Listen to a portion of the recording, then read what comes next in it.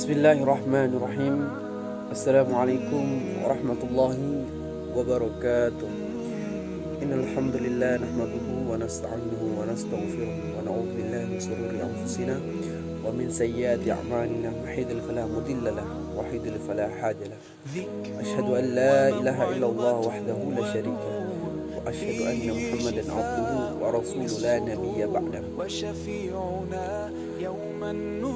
Pertama-tama marilah kita panjatkan puja dan puji syukur atas kehadiran Allah Subhanahu wa taala yang mana telah memberikan kita ribu-ribu kenikmatan, nikmat iman, nikmat kesehatan, nikmat panjang umur, sehingga kita bisa merasakan nafas yang diberikan kepada Allah Subhanahu wa taala.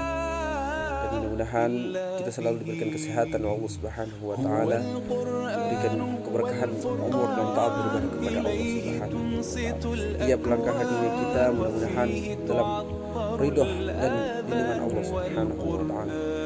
Baik, salawat serta salam tak lupa kita curahkan, kita junjungkan kepada baginda kita, yakni Nabi akhir zaman, yakni Nabiullah Nabi Muhammad sallallahu alaihi wasallam,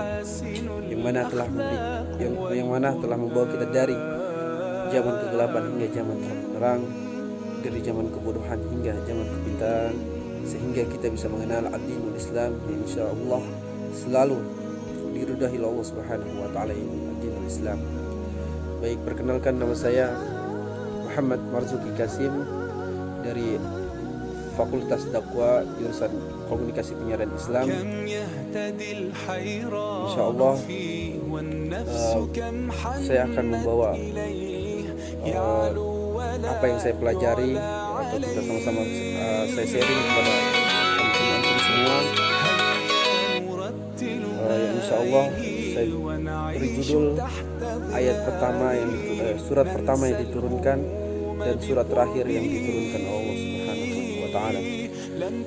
Menurut para ulama, ayat pertama yang diturunkan kepada Allah, ayat pertama yang diturunkan kepada Rasulullah sallallahu alaihi wasallam adalah surah Al-Alaq ayat 1 sampai 5. Hampir semua umat muslim mengetahui kisah Nabi Muhammad sallallahu alaihi wasallam saat menerima wahyu pertama kalinya, yakni surat Al-Alaq ayat 1 sampai 5 yang berbunyi, kita ambil dari ayat pertamanya, yaitu Iqra bismi rabbikal ladzi khalaq, yang artinya bacalah dengan menyebut nama Tuhanmu yang menciptakan.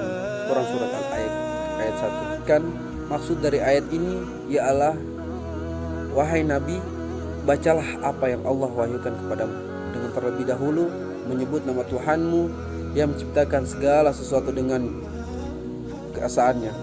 Menurut ulama menafsirkan ayat ini mengandung arti Allah memerintahkan manusia membaca, mempelajari, meneliti dan sebagainya apa saja yang telah Allah ciptakan, baik ayat-ayatnya tersurat atau qauliyah, yaitu Al-Quran, ayat-ayatnya yang tersirat, maksudnya adalah alam semesta, atau kauniyah.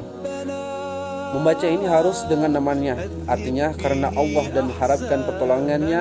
Dengan demikian tujuan membaca dan mendalami ayat-ayat Allah itu adalah memperoleh hasil yang diridhoinya, yaitu ilmu atau sesuatu yang bermanfaat bagi manusia. Dalam tafsir Markas Tadabbur di bawah pengawasan Syekh Profesor Umar bin Abdullah Al-Muqbil, Profesor Fakultas Syariah Universitas Qasim, itu terletaknya di Arab Saudi, bahwa beliau menjelaskan bahwa jika hati telah lalai dan jahil akan keagungannya Rabbnya, dia akan berani melakukan segala yang inginkan, walau hal itu terlarang, maka bukalah untuk hati kamu pintu-pintu pengetahuan tentang Tuhan kamu. Cara memperbanyak mengamati dan mengambil pelajaran dari alam ciptaan Allah Subhanahu wa taala ini, dan selalu mentadabburi ayat-ayat yang terkandung dalam kitab-kitabnya. Oleh karena itu Allah memulai kitabnya Al-Quran pada surah Al-Alaq dengan kata Iqra, yang artinya adalah membaca atau bacalah, karena membaca adalah pintu segala ilmu. Firman Allah dalam ayat pertama surat Al-Alaq adalah isyarat yang mengajarkan bahwa kunci utama dari kemajuan dan perkembangan suatu peradaban dalam pandangan Islam adalah dengan ilmu. Pengetahuan bukan pada kemajuan, kekayaan dan kekuatan pertahanan. Mungkin kita bisa lanjut lagi ke ayat yang terakhir yang diturunkan oleh Allah Subhanahu wa taala melalui malaikat Jibril. Baik, kita akan lanjutkan ayat terakhir yang diturunkan oleh Allah Subhanahu wa taala kepada Nabi Muhammad SAW. Baik, saya akan menjelaskan. Jika didasarkan pada hadis yang dikeluarkan oleh Imam Bukhari dari Ibnu Abbas, surat yang terakhir diturunkan adalah Al-Baqarah ayat 278 yang membahas tentang riba. Berikut bunyi ayatnya, yang artinya, wahai orang-orang yang beriman, bertakwalah kepada Allah dan tinggalkan sisa riba atau yang belum dipungut jika kamu orang-orang yang beriman. Al-Baqarah ayat 278. Sedangkan pada hadis yang diriwayatkan oleh Imam An-Nasa'i dari Ibnu Abbas bin Sa'id bin Jubair bahwa